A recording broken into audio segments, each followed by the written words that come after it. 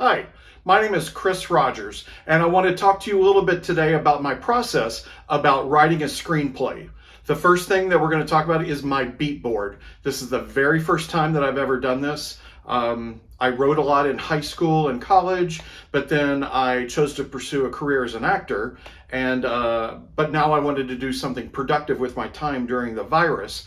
So I went back into screenwriting, and this is my very first time of doing this. And I thought that maybe you might learn something about writing, screenwriting, and learning how to put together a beat board. I did a lot of searches on YouTube, and I only found just a couple that were actually anything that I felt was productive that I could learn from. So this is my attempt to give a little bit back. Okay? So the first thing we're going to talk about is the board itself. There's a couple different boards. I tend to write a little big. So I wanted something kind of bigger and that I wouldn't have to write, teeny tiny in and everything. There's a couple different sizes you can get. I like the bulletin board with the little push pins that you can just put in. And so I got this bigger one. I think it got it on Craigslist for like 15, 20 bucks or so, something like that. I mean, it's nothing. Then the next thing is I got some gaff tape to make these black borders. These are going to be your Act 1, 2, 2, and 3.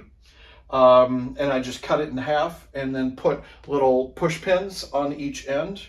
Just put one in the middle, that's going to be the middle point of your story. And then in between that and that, make a middle mark and put the center of the black bar across there. And then as far as note cards, you can get there's a couple different standard sizes. This is like $1 at the dollar store, so it's no big deal. You want to just throw as much out there, stick it against, and see what sticks against the wall. I chose to go with the bigger ones at first because I write kind of big, but you could use these smaller ones if you want. And then as your story progresses, you're just going to post these up on the board. There's also something about color coding. So I bought these. Again, it's like $1 at the dollar store. I didn't really understand that part. I'm sure I will later on as I get more sophisticated and as I write more. But I didn't really use these, so you don't have to get those. We talked a little bit about structure. This is going to be Act 1. And then you're going to have your 2 acts are going to be broken into 2 halves. And then this is going to be Act 3. So I made some little signs to help me, real big, so that you don't have to think about what it is that is up there. You can see it really easily.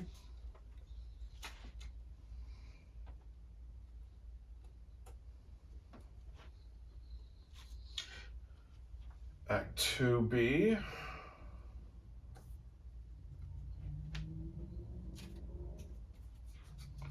And then,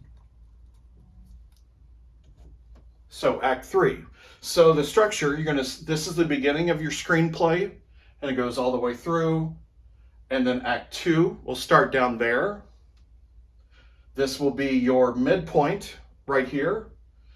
Then the other half of 2. And then Act 3. And then this is at the end where the credits roll. Okay? I also like to put up the title, whatever your title is going to be.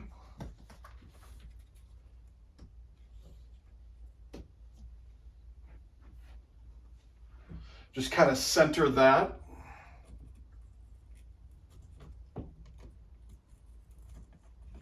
I like to make things really, really big so I don't have to worry about it. I don't have to squint, try to read it, maybe because my eyes are going a little bit bad as I'm getting a little bit older. But anyways, just the very first screenplay that I wrote here is SMITHEE and the Tricked Out Cadillac. We'll talk a little bit more about the story later, but you have to come up with something. And none of this is written in concrete. Your title could change. I've been thinking about my my screenplay for quite a while, and I'm 99% solid on that. Alan Smithee, you know, is a joke when a director wants to disavow themselves of a project. So that's why I chose that. And the tricked out Cadillac is Cadillac that's all souped up. It's got all the bells and whistles and everything on it. So this is kind of the beginning of the beat board. So again, this is where you start your screenplay, and then this is where you're going to finish it. I'm a real big believer in that you have to map it out. It doesn't have to be perfect. It's just a way for you to get your arms around the whole project. I can't imagine trying to write something from beginning to end without having little scenes along the way. So that's what these cards are going to be. So then after I got to thinking about so then what you're going to do is you're going to write out each of the scenes, each of the points in the screenplay that you want to write about. You're going to write on all of these little cards. There's a thing about, you know, putting it, whether it's interior or exterior, and then you just want to put like the location, where it's going to be, and then just 1 or 2 sentences about what's going to happen in that scene. And that's all it is. You know, we're not doing Shakespeare here. This is just your first one, and this is just to get a reminder of where you are in the story.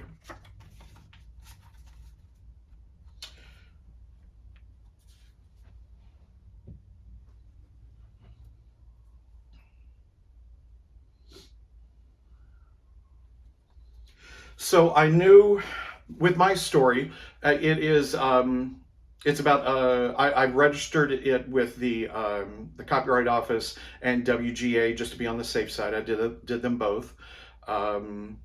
Maybe later on I'll figure out you just only have to do one. I don't know. It was only extra $20, so I thought, you know, I should go ahead and do it just to be on the safe side. Again, this is my very first time, and I'm sure I'm going to make beginner's mistakes, but you have to start somewhere. But the important thing is just to get stuff up there, just to get it going so you can get your arms around the whole project. And then you're going to see, when you stand back and look at the board, you're going to see where there's parts where there might be holes in the story or lapses in logic or something like that. So I'm going to go ahead and put up all of these scenes up here, and then we're going to talk a little bit more. So my first story, the Alan Smithee and the Tricked Out Cadillac, what this is about, it's a guy is hired to drive a dog from LA to New York. This actually happened to me in real life. I was actually hired, I'm originally from a real small town in Kentucky, and I was hired to drive a dog from LA back to Kentucky a couple years ago. And I thought, this is a great idea for a screenplay. So I just extended it on out to New York, from LA to New York, and then came up with some conflicts and drama and resolution. And of course girls, because, you know, why do guys do anything but to get the girl? So it's kind of like 2 different stories. I knew that obviously the beginning is in LA, and then I was going to have the midpoint to be when he, no, I originally was going to have the ending to be like closer to the middle of Act 3. But then after taking Blake Snyder, Save the Cat, and also studying with Naomi, I realized I really need to I really wanted to have a love interest in the story. So then I thought, well, then let's have him meet some girls. And then I thought, well, if he's going to meet a girl and he's got a dog, then what if the girl also has a dog? And so they both end up falling in love. And I thought that's actually a much more interesting story. And but it's kind of like making my story into 2 different movies. So at first, as I said, he was going to get into New York, arrive in New York like here, but then I got to thinking about getting more girls and a love story in that. So let's make the middle point when he gets to New York City. So I'm going to take a second and put up all of my beats, and then so you don't have to save some time, I'm going to put the beats up there on the cut. Okay, catch you in a minute. So this is the board after I have put up all of the scenes. We start the story in LA, and then it progresses. We got the inciting incident where he decides to go, and then this is their journey. The first half of the journey, they break down, and then this is where they arrive in New York City. So, and this is the midpoint of the film. So then I knew how I wanted it to end. So then I kind of wrote backwards from the ending back until they arrived in New York. And now I'm going to put those cards up. So this is the rest of the board after I've already tacked up all the other scenes. I wish I could say that it came out of my mind so easily and clearly and cleanly, and it doesn't. As I said, I ended up starting, I knew how I wanted it to end, and so then I kind of wrote backwards from there. But you get ideas like when you're driving in the car down the freeway, and you think, oh man, I really want her to say I love you, but not yet. It really needs to be further down the timeline. Or they have to go out on 3 dates before he can actually propose, and so you got to work out all the different steps in the timeline to make it kind of logical. And that's why we do these with the postcards. One day I was bartending, and it was really slow in the bar, and so I just took some post-it notepads, and then I just wrote on the scene and just a sentence or two of what I wanted to happen. And then I had to monkey around with the order, like when they went on a date and she keeps saying no, and then but then they keep going out on dates, and you've got to balance all of these different things. So that's how I ended up using some post-it notepads, and then when I got home, then I transferred them onto note cards, and these note cards then went up in the order of here. But the important thing is that I want to show here is that it's not perfect. It's not set in concrete. This is like a whole pack of these is like $1, and then a Sharpie and whatever. So you're just throwing stuff and playing with the order. Sometimes it makes more sense to do them in staggered orders, like you got story A and story B and story A and story B, or do you want story A, story B, story A and B? It all depends on what your subject matter is. I approach this as an actor. I'm a trained actor. And for me, it's mostly character driven, but I've always had writers tell me that as an actor that I've got a really good sense of structure and plot points. And I hated that in college. I had to take that class. That was one of the things that we had to take in order to graduate. But then now I'm finding out that when I'm doing, now that I'm not working, but as I'm starting to write, that structure and those plot points and all that really makes a difference in the story. You see so many movies that are so bad. They look beautiful, but the story is just so lame. Not that I'm going to name any names here. So I promise you, if you beat all these things out and then start writing, it's a much easier process. Or at least I can't say it is for everybody, just that's what works for me. So as I said, this is my very first beat board, and I just wanted to show you a little bit about what works for me, and I'm hoping that maybe it will also work for you. Okay, so maybe I'll do another one. I've already got some interest in this idea and from a celebrity, and then I want to get a little bit further along on my second one and then pitch them both at the same time, and hopefully to be able to do 2 stories. So hopefully that'll happen. Maybe I'll when this sells, not if, but when this sells, then I'll come back and maybe do a little bit more in detail and talk about that process. Okay.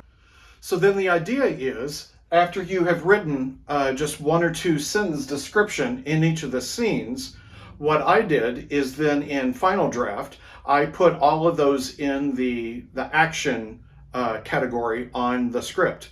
And then this becomes each of your different scenes. Do that for all of them.